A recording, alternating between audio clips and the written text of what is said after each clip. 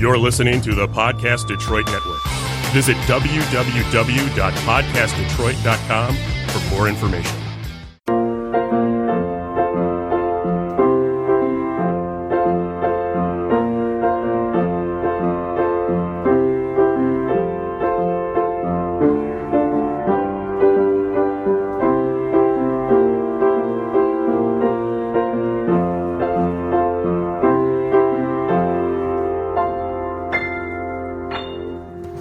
Welcome to the Make Meaning podcast. I'm Lynn Galadner, a writer, entrepreneur, and change maker, and I've dedicated my life to sharing stories of how people make meaning in their work and find purpose in their lives.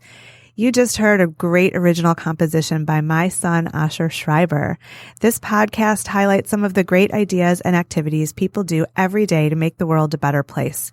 So much of the meaning we find comes from interacting with great people, developing relationships that are mutually beneficial, and doing work that inspires. I hope you'll be inspired by the people you meet on this podcast.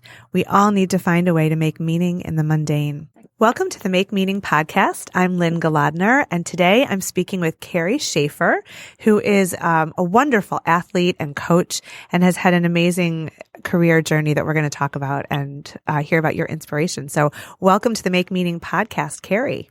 Thanks for having me. Yeah, it's so great to talk with you, and I appreciate you being available. I've admired you since my son was on your rowing team. I thought you were an amazing coach, and we've seen good coaches and bad coaches over the years, and it's amazing when you have a good, supportive, encouraging coach who really teaches the kids and guides them, and creates a family atmosphere on the team. So I really appreciated that you did that. But I wanted to start by talking a little bit about your own athletic journey. Can you share with me a little bit about, your sports career, and where you took it? Yeah. So I actually started rowing when I was in high school, and late in high school, actually, just kind of on a search for the sport that worked for me. I was not a ball sport girl. Continue on scholarship at the University of Virginia, did well there, and then continued to pursue it further with the national team. So after the Canadian national team, right? Yes, Canadian national team. So I did that for 5-ish years, kind of plugged away and worked my way up on the team. And in 2016, I retired from the team, and that's when I started coaching here in Detroit. So tell me a little bit about your professional rowing career.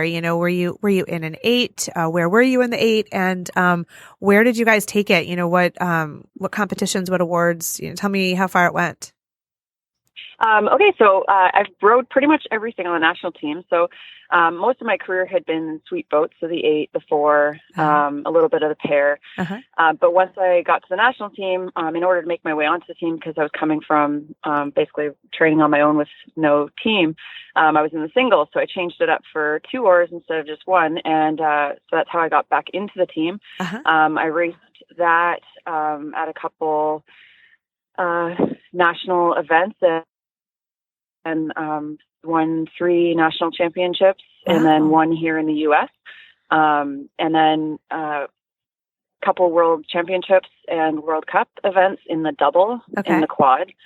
And then I won a bronze medal at a World Cup with the women's 8. And in the 8, I sat in, for that boat, I think I was in 3 seat. But in the double, I was stroke for 1 world championships and bow for others. And then the quad, usually either stroke seat or 2 seat or bow seat. So kind of moved around everywhere, to be honest. You had to learn every skill set and make yourself work. It's kind of like being a chameleon. But so and then non-Olympic worlds, I raced the 4, and that I was stroking that boat. So. That's amazing. That's amazing. I mean, Asher got his start rowing because my husband and I rowed recreationally. We started in our 40s, and loved it. Loved the sense of community and camaraderie. The workout itself was so fierce but exhilarating. I love being that close to the water, and just it was mesmerizing for me watching the oar just peel through the water. I mean, I could be just really hypnotized by it. But it's interesting because in the last year, I've felt like, oh my goodness, it's such a hard workout. And at this point in life, I sort of wanted to take a step back and just slow down. I wonder if you could talk a little bit about the sport of rowing and, what do you see as its gifts and almost its challenges too? So I think in rowing, it is an interesting sport because a lot of people look at it. And if you're just to look at it and know nothing about it and you see people in the water, it is very rhythmical. It's very beautiful, very artistic in a lot of ways. But then, as soon as you sit in that boat, yes, all those things are true. But then we're looking at how much work it takes to make it look that way. So like most things, it's deceiving. When things look good, it usually takes a lot of work to get there. So, but yeah, the amount of work, it's a perfectionist sport in the sense that you will never be perfect at it. So a perfectionist will love it because they will constantly have something to try and perfect, which maybe seems counterintuitive, but anyway, it's an amazing sport. It's perplexing and amazing and remarkable all at the same time, I think. Yes. Yeah. Sorry. In traffic. No worries. Like a U-turn on the highway. Sorry, continue. That's okay. So, you were a professional athlete for some of your career, and I think a lot of people dream about being a professional athlete in whatever sport they love. Is it all it's hyped up to be or not? I'd like to hear a little bit about, what was that like in reality? National team sport, you have to be made for it in some sense of the word, or at least want to put in the work. You're challenged every day, and there's days where you feel like, what am I doing this for? Like I seem to be failing more than I'm succeeding. But that's kind of the beauty of it, and that's what being on a national team in high level is all about. In a lot of ways, we're looking for those tiny little changes, and most days you're just working on getting yourself so that one day of the year you are able to perform at maximum and hopefully better than another team. Sure. So I think, it really, it's a hard question to answer, I guess, if it's all it's hyped out to be, because it's an amazing experience. And for anyone who can get that experience, it's very worth it.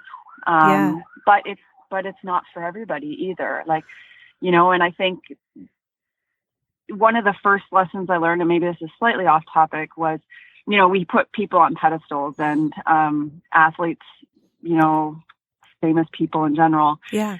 But then once you get into that circle and you meet people in that circle, they're normal people. Yeah. And they do extraordinary things, but they have lives too, and they have to balance all these other things as well. And there's definitely great things that come out of it. But I think that was a great thing for me to learn right from the get-go was, these people are normal people. And now that I still have people that I look up to or kind of idolize a little bit, but it's definitely a lot different than just, looking at an athlete and just seeing them as this great performance. There's lots of failures along the way too. Yeah. So, for the beginning of your career, you defined yourself by your sport in a lot of ways. And then when you retired, you were young, how did you have to redefine yourself and find your new passion, your new purpose, after leaving that career behind? It's actually a very good question. And it's something that, sports organizations, and I know Canada has been really doing some research on that, both the mental aspect of it, and even the physical aspect of it, in the past few years, and coming up with these game plan programs where, they help you find your new beginning, Okay. And for myself, coaching is definitely part of that. I think it's part of where you don't have to completely let go of what you used to do, but sure. yeah, but something different. So I know when I finished it, at first it was great. You have time, you can breathe, you're not stressed out all the time, you can Right. get sleep, like your body doesn't ache all the time. But after probably a month or so, I started to find that where you're sitting at home and, you know, you went out for a run or you did whatever.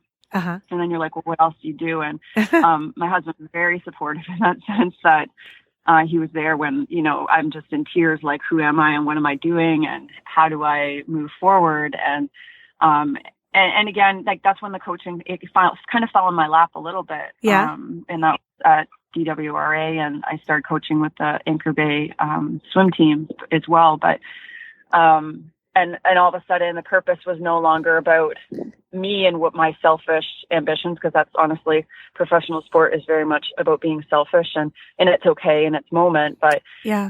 It became not about me anymore. It was about, okay, what can I do? What skill sets can I give to these athletes? And what did I learn from my years, you know, what kind of things, and a lot of them are life skills. Right. You know, most of the kids I coach are not going to the Olympics or may not even, you know, be on a junior team or whatever. Uh-huh.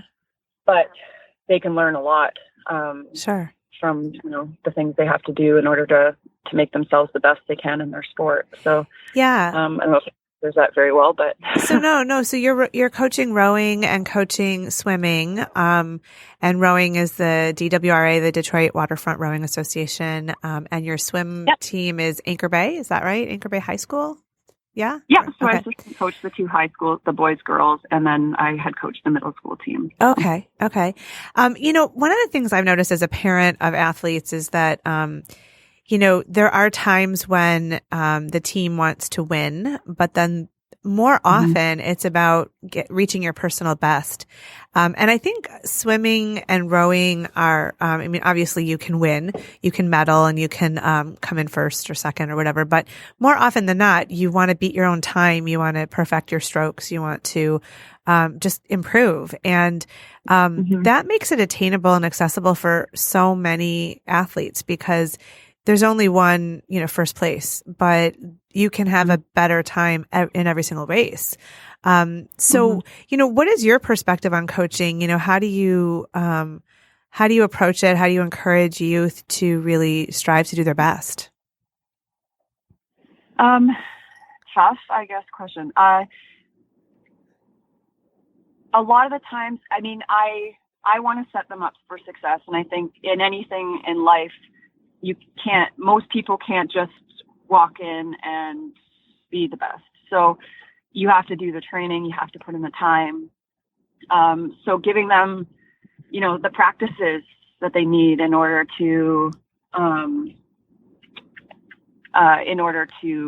perform on race day, putting them in situations that are similar to race day, whether that's adding a little bit of extra stress or what potentially could be anxiety, but hopefully teaching them that, you know, the good side of anxiety and nervousness, and, you know, instead of panicking when you get anxious about something. Yeah. So I think it's just really practice, like giving them what they need on every day, and encouraging them to every day to, like, okay, well, today was about, you know, we're just going to work on technique. I don't care what your times are. Let's take any sort of data out from in front of you. So get rid of our little computer devices, and forget about that. And in rowing again, and swimming is the same way. It's very sensory. Yeah. So, so it's great. I mean, it's, and they have similarities, you know, there's the speed, there's the full body effort, but also the peace and tranquility of the water is so, motivating, I find, you know. So I want to ask you, before we finish our interview, we talk on this show about how people make meaning in their lives and find purpose in their work. I wonder if you have any thoughts about where you're finding your meaning or your purpose these days, and maybe some advice you might offer to our listeners for how they can, you know, build a life of meaning and purpose, in whatever they're pursuing. Can you share a little bit about, you know, where you find that meaning and purpose and how others might find it? I think maybe I alluded to it a little bit before, but I mean, making it less about me and how I can affect other people, how I can take my experiences, whether they were good or bad, and help somebody else in whatever situation they're in. Yeah. I think it's important too try not to get caught up in what other people think. Someone once said to me, "It's none of your business what other people think of you." I love that. I thought it was such a funny thing, but I started thinking about it. I'm like, you know what? It is true. People can have their opinions. Everyone does have their opinion. And that's not really my business what their opinion is. And if they're going to feel negatively about me or have whatever, I can take parts of it that are important. Like what is they really saying? Yeah. How can I be better? Yeah. But then not to compare myself to that. And I think that's part of the trick as well. So finding it in, how can you help better somebody else's life or situation, and and then remembering that it's not my business what other people think of me, and I can learn from other people as well, but I can take it and leave it. Yeah. Yeah. Shake it off and just move on. Well, it's such a pleasure to chat with you. I'm sorry that we've had fire engine sirens in the background. But it's still great to chat with you. I really appreciate it. I've really admired the example you set for my son and for other youth. And it's inspiring to me to see all that you're doing. So I really appreciate you sharing your story and your time with me on the Make Meaning podcast. Oh, you're very welcome. Thank you for having me. And it's always great to share with other people. Hopefully it can be of help to somebody else. Wonderful. Have a great day, Kerry Shaffer. Thanks again for being here. You too. Bye.